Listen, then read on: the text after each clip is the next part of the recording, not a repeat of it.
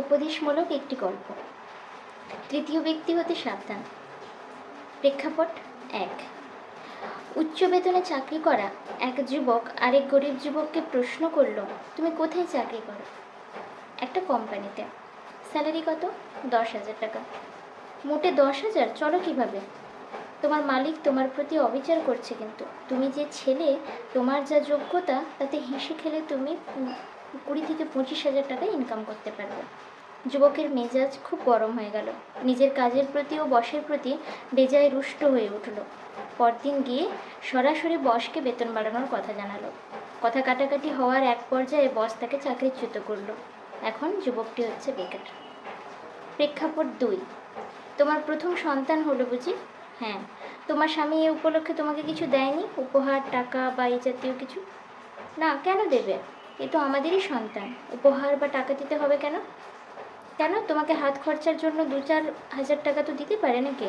তার কাছে কি তোমার কোনো মূল্য নেই? তুমি কি ও ঘরের চাকরানি নাকি? স্ত্রীর মনে ধরল কথাটা। সারাদিন কথাটা ভাবতে ভাবতে মনটা বিষিয়ে উঠল। সত্যিই তো, আমাকে একটা টাকাও তো কখনো দেয়নি। রাতে কর্মক্লান্ত স্বামী ঘরে যখন ফিরল, স্ত্রীর মুখ দিয়ে বোমা বিস্ফোরিত হলো।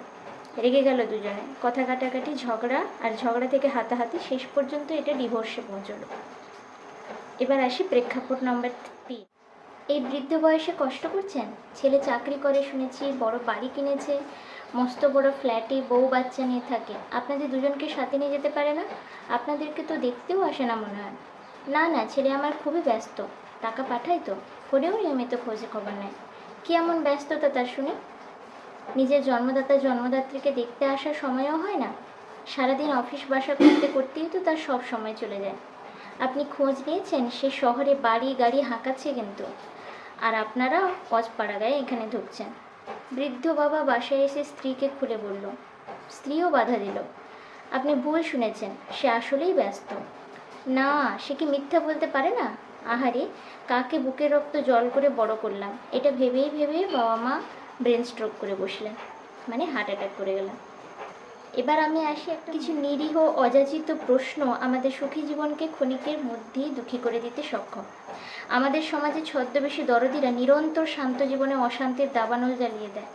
ছদ্মবেশী ডাইনিগুলো নিজের থেকে কিন্তু আপনাকে কিছুই দেবে না, কিন্তু অন্যের থেকে অবৈধভাবে আদায় করার পদ্ধতি ঠিক শিখিয়ে দেবে আপনাকে।